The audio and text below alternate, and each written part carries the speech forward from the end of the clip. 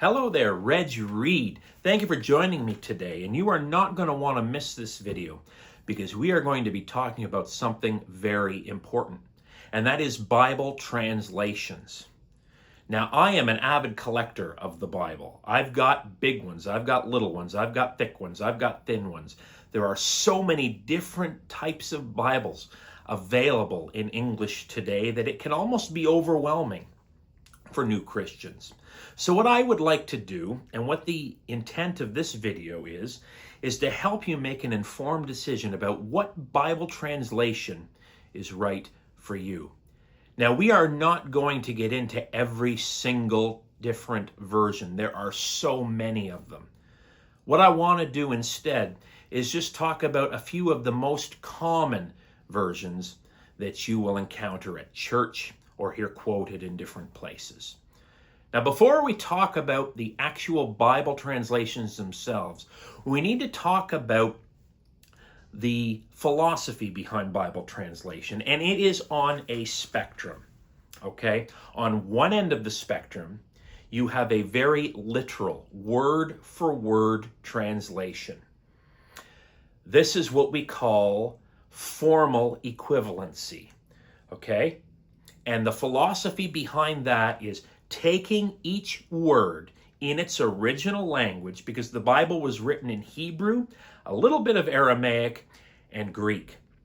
And so those languages had to be translated into English, into a rendering that we would understand.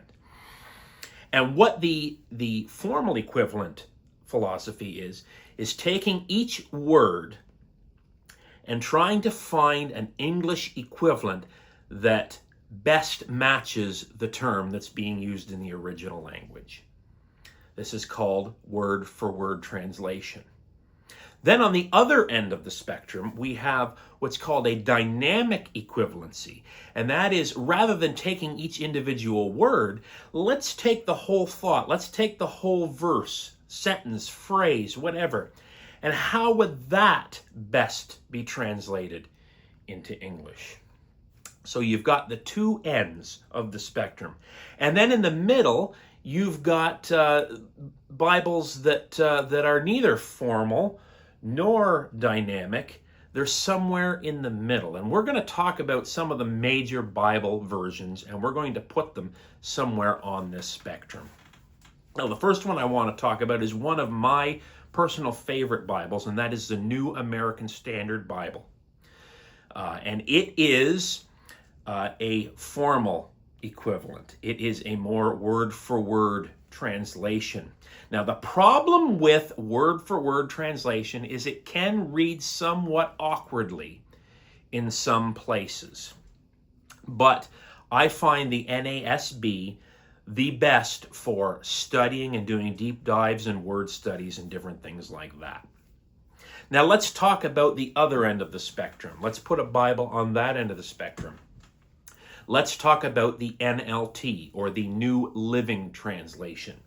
I have a New Living Translation right here, and this is in the Life Application Study Bible. If you are a new Christian, I highly recommend this Bible. It will help you out immensely. Now, the NLT translation philosophy is more thought for thought. What is this passage saying? And how can we best render that in English? Now, that makes it a lot easier to read. It flows better. It reads more naturally, especially in the historical narratives. When I'm reading through the historical narratives and things like the book of Acts, which talks a lot about what happened in a chronological order, I find it best to read that in the New Living because it flows much better. Now let's talk about a Bible that's in the middle.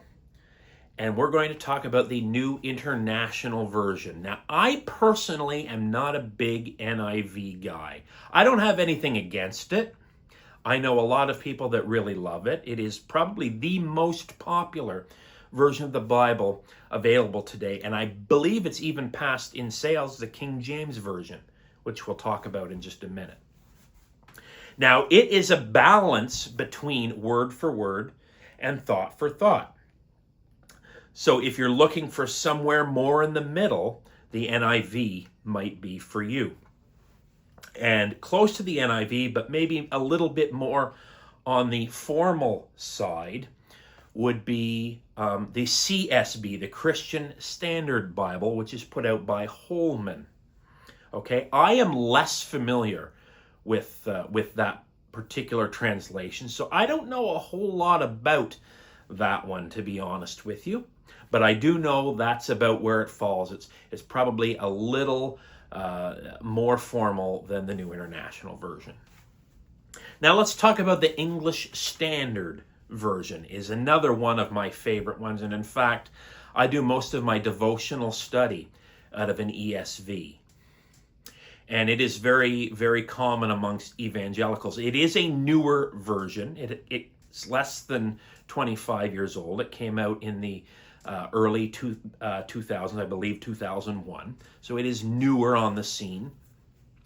But it is a little less, in my opinion, a little less formal than the NASB. Okay, so it reads a little bit less awkwardly. It reads a little bit more organically than the NASB. Now we need to talk about the King James. Okay, now there are Christians that believe it is the King James Version or nothing. They are called King James Version onlyists. Let's put them aside. Let's not listen to them. Do you know why I say that? Because I used to be one of them. Yeah, you can discount that. A lot of King James onlyism comes from a misunderstanding of history. But the King James Bible is still very, very well regarded today. And I love the King James Bible. When I'm reading through the Psalms and the more poetic books, I love to read it in that old majestic English language, the these and the thous. I just love that. And the problem, however, with the King James Bible, and this is why I would not recommend it for new Christians, is because words can change meaning. The English language is constantly evolving. New words are changing meaning. Now, I work in education. I'm an educational assistant, and I've been so for almost a decade now. And I work in a high school, and so I've heard a lot of words in the last year or so that 5 years ago I never would have heard, like skibbity. That was a big thing among teenagers a year or two ago. Or are you Sigma? Of course, are you Sigma? Sigma, that word's been around a while, but its meaning has changed now with Gen Alpha. So the problem with the King James is you have what's called false friends. Now, Mark Ward has a phenomenal book about this called Authorized, the Use and Misuse of the King James Bible. And I would recommend you get that book if you are considering the King James Bible, because you can get tripped up and misunderstand a passage or a verse because of a word that you think you might know but don't, or a word that has just changed meaning completely. When I was a youngster, and we're going back probably 30 years, I went to Vacation Bible School, and I learned a memory passage then that stuck with me for 30 years. Suffer the little children to come unto me and forbid them not, for such is the kingdom of God. Those are the words of Jesus. But that word suffer, when we think of the word suffer today, what do we think? We think to be in pain, to be in agony, to suffer. But yet in 1611, it meant something completely different. It meant allow or permit something to happen. And what Jesus is saying is allow these children to come to me, because the people wanted to keep them away from Jesus. Another word could be replenish.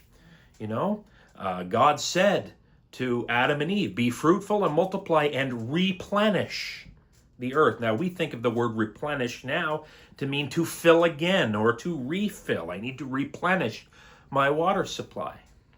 But in 1611, it meant something different. If you look it up in Webster's 1828 dictionary, you will see that the word replenish at that time could mean just to fill, not to fill again.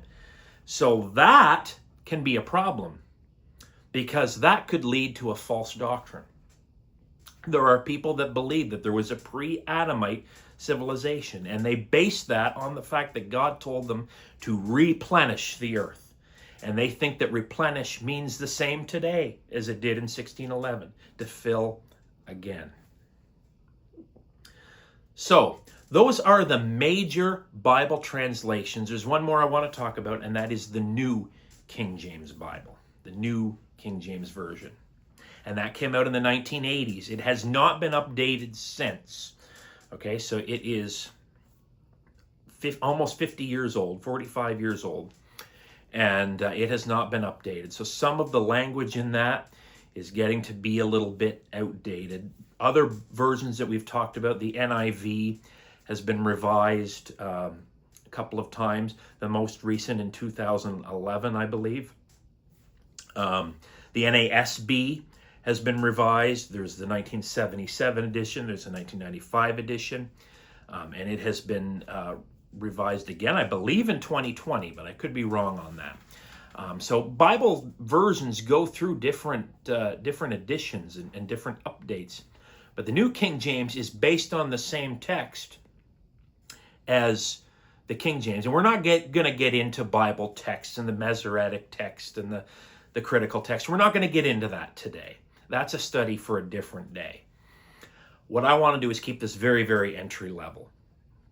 The New King James is based on the King James Bible. So it has the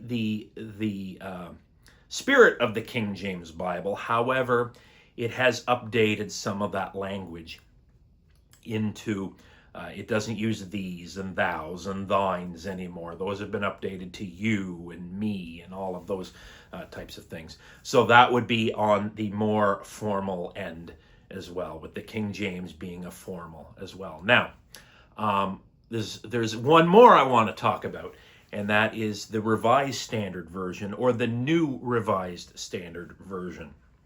It is commonly considered to be a liberal Bible, but it's actually an academic Bible. And it is usually found in universities and things like that, where they do real studies on the Bible, but from a secular perspective. And the RSV came out, and then it was updated recently to the new RSV. And then now we're in the NRSVU, which is the updated edition. And so it has gone through different updatings as well.